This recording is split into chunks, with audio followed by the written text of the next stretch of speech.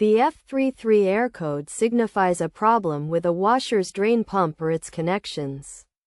This issue can be caused by worn or damaged wires in the drain pump, as well as debris accumulation within the pump. To resolve this problem, one potential solution is to reset the washer, which may address temporary glitches.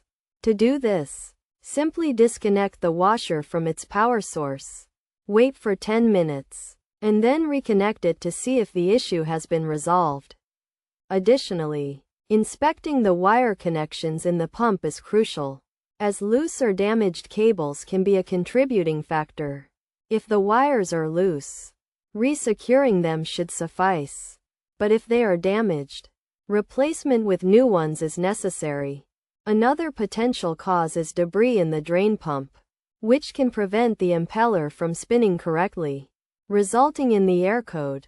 To check for debris, unplug the pump from the power source, carefully access the drain pump, and examine the surrounding areas for any blockages.